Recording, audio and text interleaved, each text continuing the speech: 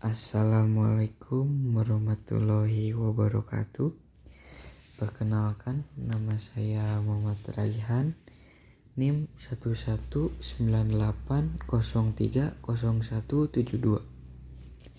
Saya dari kelas Sosiologi D semester 4. Di sini saya akan menjelaskan mengenai ijtihad dan ikhtilaf. Yang pertama, pengertian ijtihad. Pengertian ijtihad secara etimologi memiliki pengertian pengerahan segala kemampuan untuk mengerjakan sesuatu yang sulit. Kemudian, pengertian ijtihad menurut Imam Al-Midi menjelaskan bahwa ijtihad yaitu mencurahkan semua kemampuan untuk mencari hukum syara yang bersifat dani sampai merasa dirinya tidak mampu untuk mencari tambahan kemampuannya itu. Sedangkan menurut mayoritas ulama usul fikih, pengertian ijtihad adalah pencurahan segenap kesanggupan atau secara maksimal seorang ahli fikih untuk mendapatkan pengertian tingkat dani terhadap hukum syariat. Yang selanjutnya ada fungsi ijtihad. Fungsi ijtihad ada 3. Yang pertama, fungsi ijtihad al-ruju atau kembali, yaitu mengembalikan ajaran-ajaran Islam kepada Al-Quran dan Sunnah dari segala interpretasi yang kurang relevan. Yang kedua, fungsi ijtihad al-ihya atau kehidupan, yaitu menghidupkan kembali bagian-bagian dari nilai dan Islam semangat agar mampu menjawab tantangan zaman. Yang ketiga, fungsi ijtihad al-inabah atau pembenahan, yaitu memenuhi ajaran-ajaran Islam yang telah diijtihadi oleh ulama terdahulu dan dimungkinkan adanya kesalahan menurut konteks zaman dan kondisi yang dihadapi. Selanjutnya ada syarat ijtihad.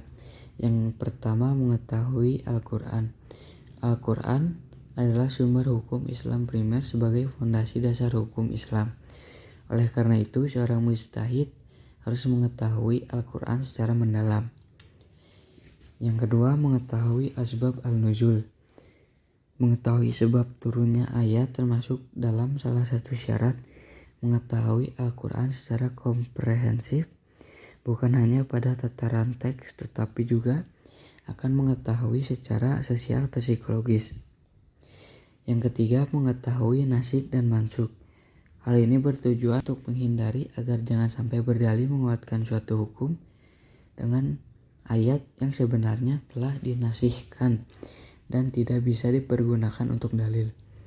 Yang keempat, yang dimaksudkan as-sunnah adalah ucapan, perbuatan atau ketentuan yang diriwayatkan dari Nabi Shallallahu Alaihi Wasallam.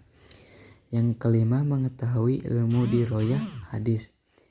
Seorang mujtahid harus mengetahui pokok-pokok hadis dan ilmunya, mengenal ilmu tentang para perawi hadis, syarat-syarat diterima atau sebab-sebab tolaknya suatu hadis, tingkatan kata dalam menetapkan adil dan cacatnya seorang perawi hadis, dan hal-hal yang tercakup dalam ilmu hadis. Yang keenam, mengetahui hadis yang nasikh dan mansukh. Mengetahui hadis nasikh dan mansukh ini dimaksudkan agar seorang mujtahid jangan sampai berpegang pada suatu hadis yang sudah jelas dihapus hukumnya dan tidak boleh dipergunakan. Yang ketujuh, mengetahui asbab al-wurud hadis.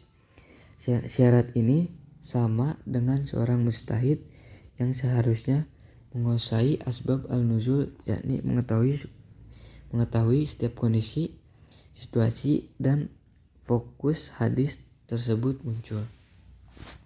Yang kedelapan, mengetahui bahasa Arab. Seorang mujtahid wajib mengetahui bahasa Arab dalam rangka agar penguasaannya pada objek kajian lebih mendalam karena teks otoritatif Islam menggunakan bahasa Arab. Yang kesembilan, mengetahui tempat-tempat ijma. Bagi seorang mujtahid harus mengetahui hukum-hukum yang telah disepakati oleh para ulama sehingga tidak terjerumus dalam memberikan fatwa yang bertentangan dan dengan hasil ijma. Yang ke-10, mengetahui usul fikih. Ilmu usul fikih yaitu suatu ilmu yang telah diciptakan oleh para fuqaha untuk meletakkan kaidah-kaidah dan cara-cara untuk mengambil istinbat hukum dari nas dan mencocokkan cara pengambilan hukum yang tidak ada nas hukumnya. Yang ke-11, mengetahui maksud dan tujuan syariah. Sesungguhnya syariat Islam diturunkan untuk melindungi dan memelihara kepentingan manusia. Yang ke-12, mengetahui manusia dan kehidupan sekitarnya. Seorang mujtahid harus mengetahui tentang keadaan zaman, masyarakat, problem, aliran, ideologi, politik, dan agamanya, serta mengenal sejauh mana interaksi saling mempengaruhi antara masyarakat tersebut. Yang ke-13 yaitu bersifat adil dan takwa. Hal ini bertujuan agar produk hukum yang telah diformulasikan oleh mujtahid benar-benar proporsional karena memiliki sifat adil, jauh dari kepentingan politik istinbat hukumnya. Materi selanjutnya yaitu mengenai pengertian ikhtilaf. Kata ikhtilaf berasal dari kata bahasa Arab yang artinya perselisihan. Dalam Kamus Besar Bahasa Indonesia atau KBBI, kata ikhtilaf diartikan sebagai perbedaan pendapat atau perselisihan pikiran. Sementara secara istilah, ikhtilaf adalah perbedaan yang terjadi di kalangan para ulama atau mujtahid dalam memahami sebuah teks Al-Quran dan hadis. Yang selanjutnya yaitu jenis-jenis ikhtilaf. Yang pertama ada khilaf tanawu dan khilaf todhad.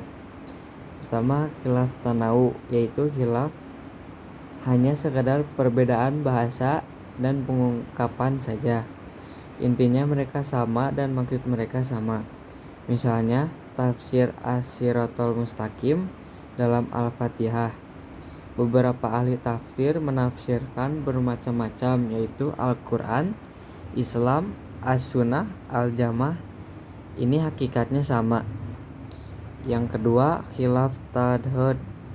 Inilah khilaf yang benar-benar bertentangan dan tidak bisa dikombinasikan lagi.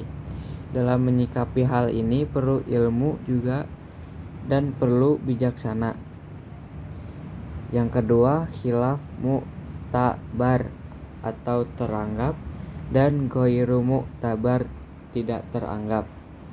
Khilaf mu'tabar adalah khilaf yang masih teranggap dalam artian masing-masing masih punya dalil dan pandangan terhadap dalil. Yang teranggap atau mu'tabar pada khilaf adalah pendapat yang bersumber dari dalil-dalil yang sesuai dengan syariat. Dalam hal ini kita perlu saling menghormati dan tidak boleh memaksakan pendapat. Akan tetapi sikap kita tetap saja perlu mencari pendapat yang tepat dan mengembalikan kepada dalil, kembali kepada Allah dan Rasul-Nya. Contoh khilaf mu'tabar yaitu bangkit dari sholat dengan membuka tangan atau mengepalkan tangan. Yang kedua, sholat tarawih 11 atau 23 rakaat. Yang selanjutnya ada khilaf ghairu mu'tabar. Khilaf ini tidak teranggap karena salah satu yang bertentangan tidak berdasarkan dalil dan berpendapat juga tidak teranggap keilmuannya. Contoh dari khilaf ghairu mu'tabar yaitu Syiah mengatakan mayoritas sahabat Nabi Shallallahu Alaihi Wasallam kafir, sedangkan Ahlu Sunnah menyatakan semua sahabat adalah muslim dan adil. Sekian presentasi yang dapat saya sampaikan. Mohon maaf bila banyak kekurangan. Assalamualaikum warahmatullahi wabarakatuh.